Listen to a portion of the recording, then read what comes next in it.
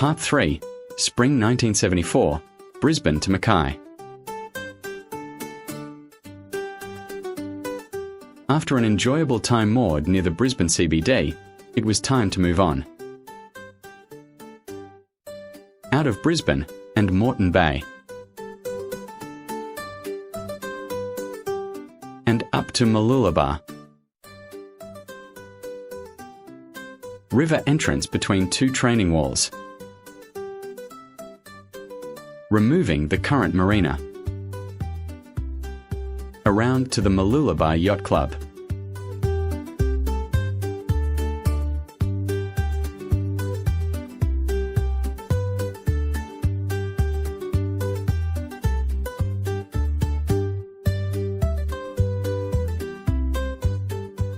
After a few days socialising, off again.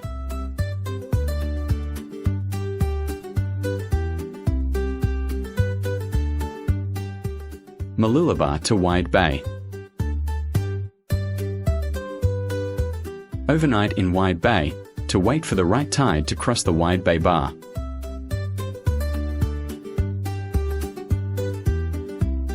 The multicoloured sand cliffs of Wide Bay.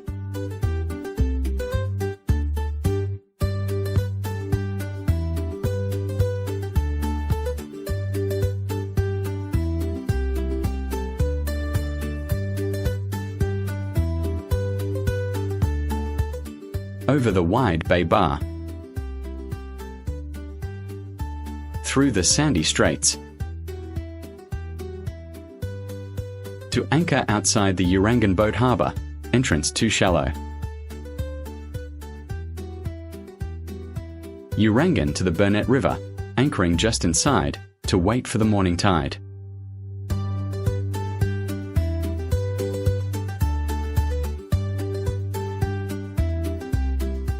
Up the Burnett River. To Bundaberg.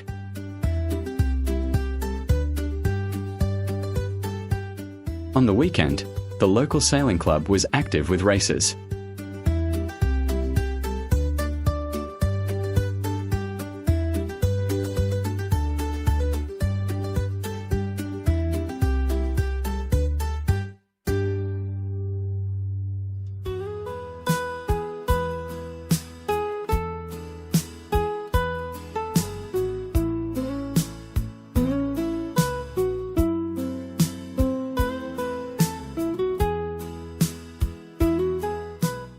An active fleet of Gwen 12s.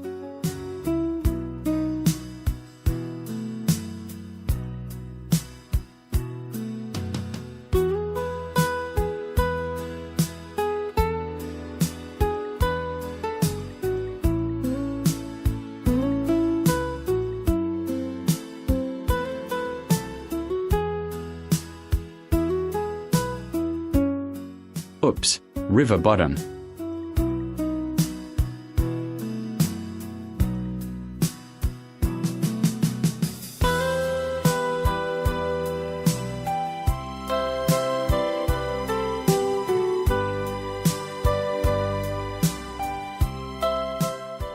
The Gwen 12 I bought to teach Sue to sail, back when we started boat building 1971. Nice old architecture in Bundaberg.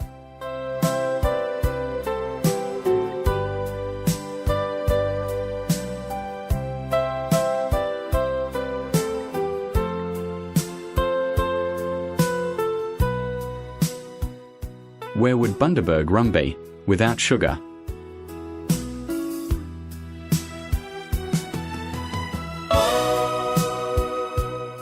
Creating a rope ladder to climb up to spot for coral reef obstacles. Needed for our next destination, a coral reef atoll and island. From the Burnett to Lady Musgrave Atoll. Into the atoll to anchor at the island.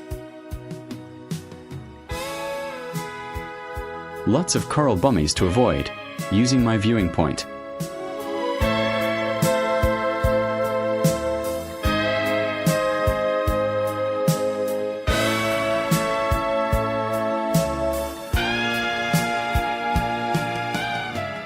ocean swells breaking on the atoll reef, giving a calm anchorage.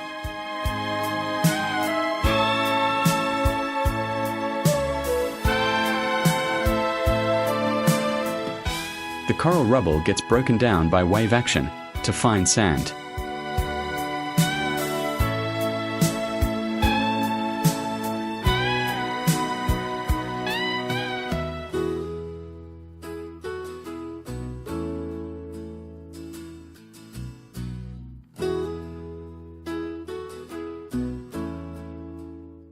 The island was covered with nesting white-capped nardis.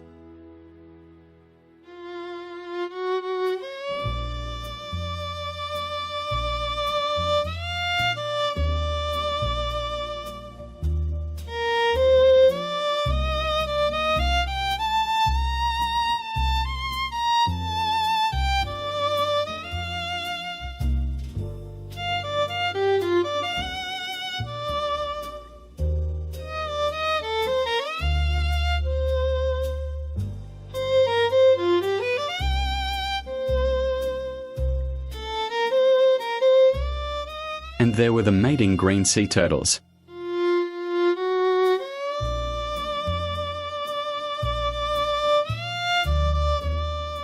Did the earth move for you?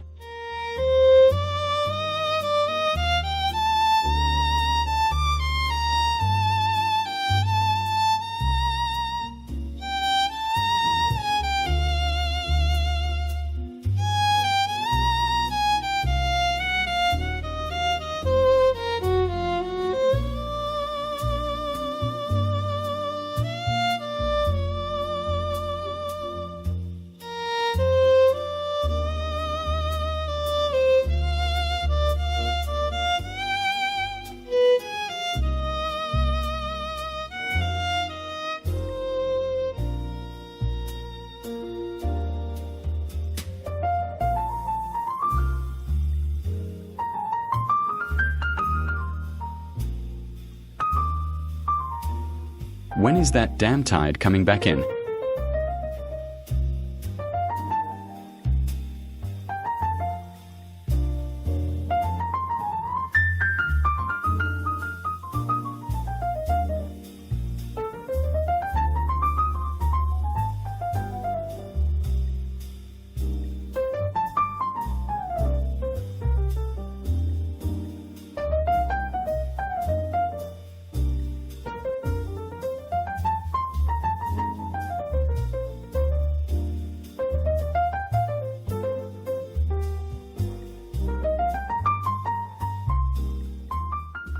My first coral fish, a coral-chomping parrotfish.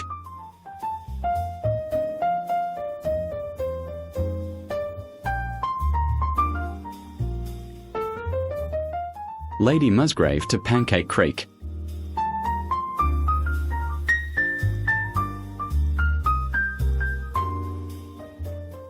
Into Pancake for the night.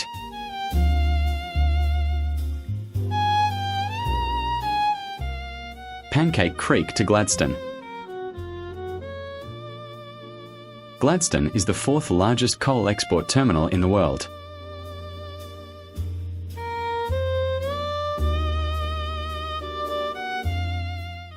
Even in the 1970s, the coal bulk carriers were big.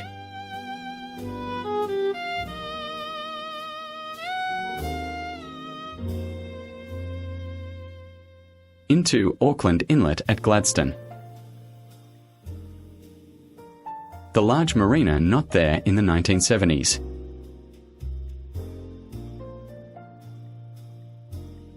Through the Narrows. At low tide, a dry land cattle crossing. The aim is for high tide at the middle point of the Narrows Passage. Narrows to Great Keppel Island. South Side Anchorage. 1 a.m. escape to the north side in a thunderstorm.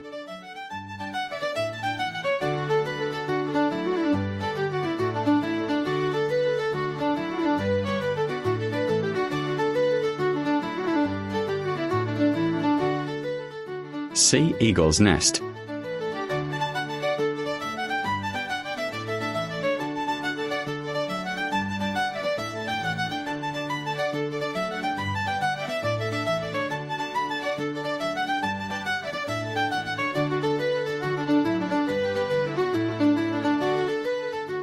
Wild goats, initially put on the islands for shipwrecked sailors to feed on, but a continuing ecological menace.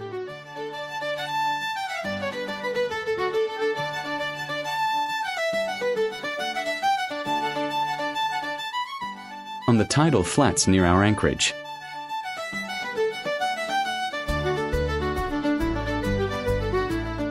thousands of soldier crabs.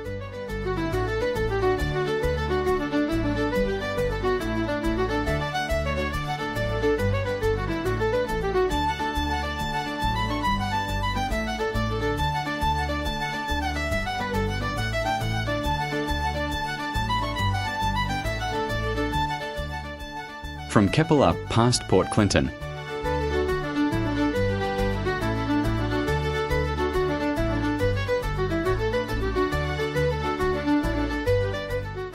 past Port Clinton, Defence Training Area.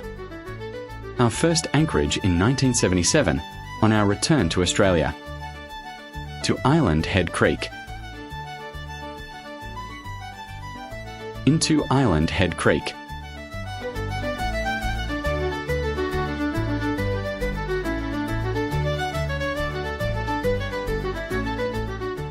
To Middle Percy Island.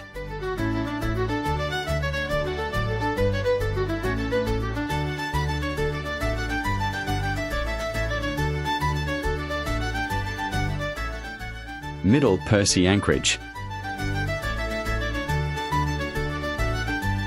The normal anchorage for southeast trade winds. A spot visited by many cruising yachts, as seen by all their plaques. Andy Martin was the owner of Middle Percy in 1974 and had lived there since 1964.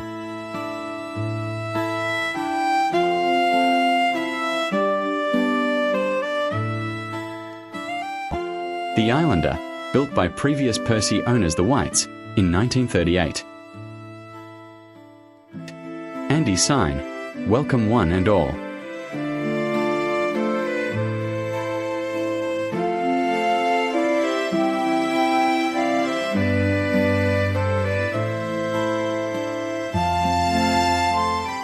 A view to South Percy Island. Andy's house, built by the Whites. Hans and Tina, living with Andy at that time.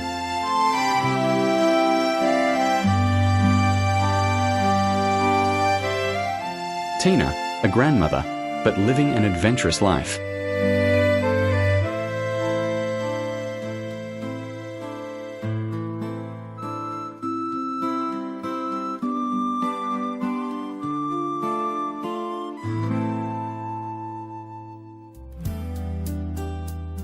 With the northerlies, then southwest storms, we were chasing anchorages.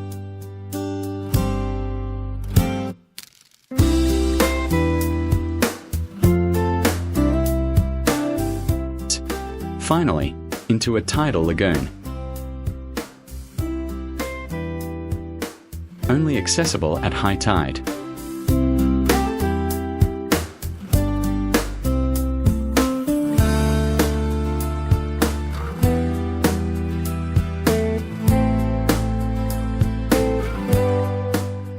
The French yacht, Henri.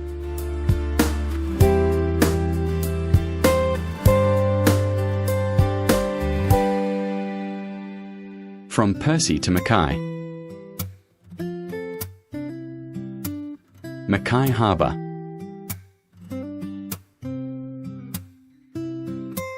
Mackay has a 6-metre tidal range. Annie joined us for a couple of weeks.